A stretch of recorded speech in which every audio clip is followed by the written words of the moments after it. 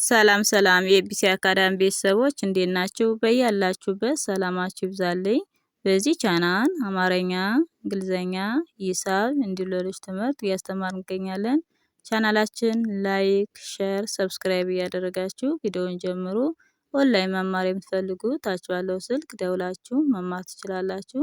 ትምህርቱን የምሰጥበት አሰጣጥ በኢሞ፣ በቴሌግራም፣ በዋትስአፕ በያላችሁበት ናችሁ ቀንም ሆነ ማታ መጀመር ትችላላችሁ። እንግዲህ ዛሬ ይዤላችሁ የመጣው ከቀ እስከ ነ ነው ማለት ነው። ትናንትና ከሀ እስከ ሸ ያሉትን ፊደሎች አይተን ባለ ሁለት ሆሄ ቃላት እንዴት አገጣጥመን እንደምናነብ አይተናል። ዛሬ ደግሞ ከቀ እስከ ነ ያሉትን አይተን ባለ ሁለት ሆሄ ቃላት እንዴት ከነዚህ ከፊደሎች ውስጥ አወጣን እናነባለን የሚለውን አንድ ባንድ እናያለን ማለት ነው። እናንተ በተረጋጋ መልኩ እኔን እየተከተላችሁ ደብተርና እስክሪብቶ ይዛችሁ በመጻፍ ተከታተሉኝ እንዲገባችሁ። እኔ በተረጋጋ መልኩ አነብላችኋለሁ። እንጀምር።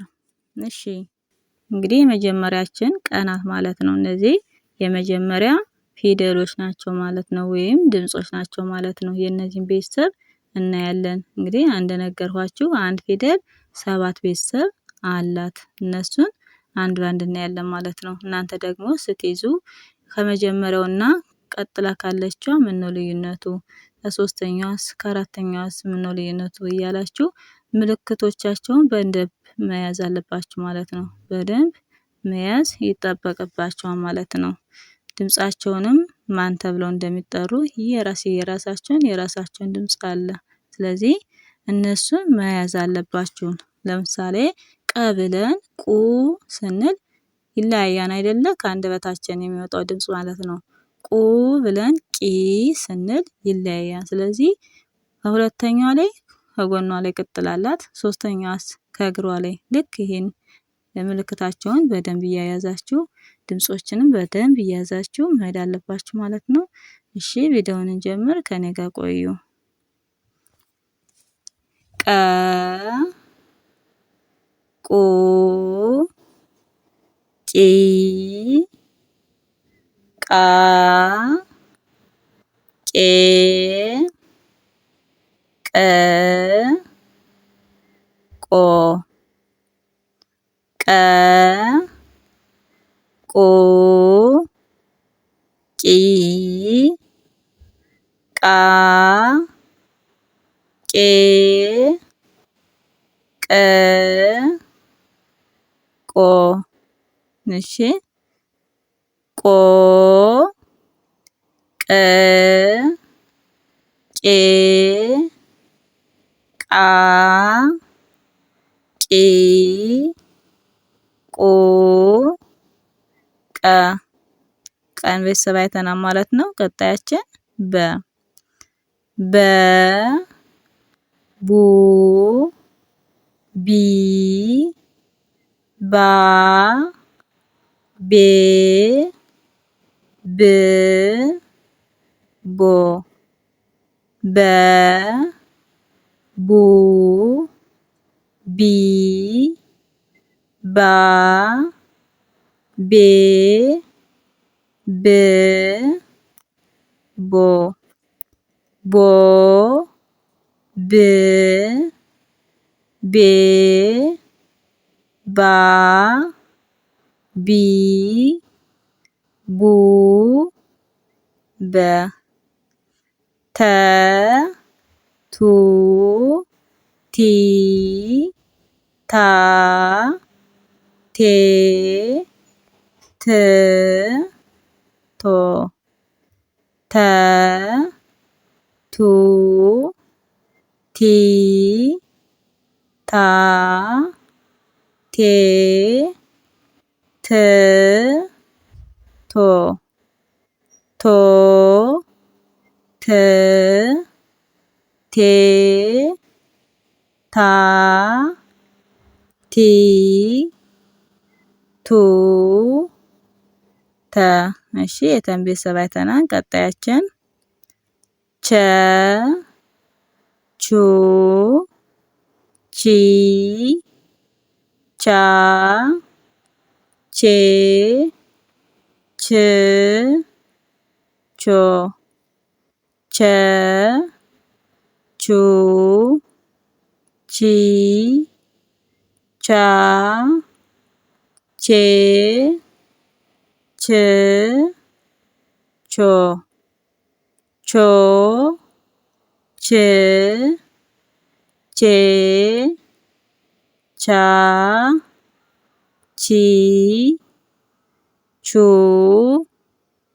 ቸ የ ዩ ይ ያ ዬ ይ ዮ የ ዩ ይ ያ ዬ ይ ዮ ዮ ይ የ ያ ይ ዩ የ።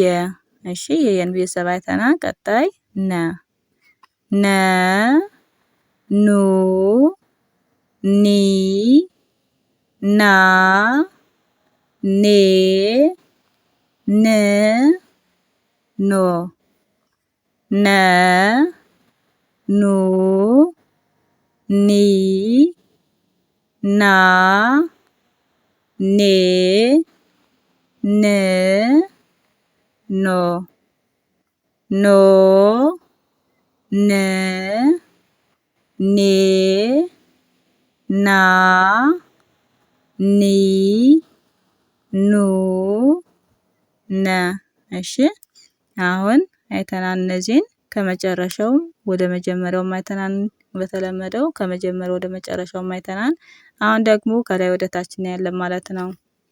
ቀ በ ተ ቸ የ ነ ቆ ቡ ቱ ቹ ዩ ኑ ቂ ቢ ቲ ቺ ይ ኒ ቃ ባ ታ ቻ ያ ና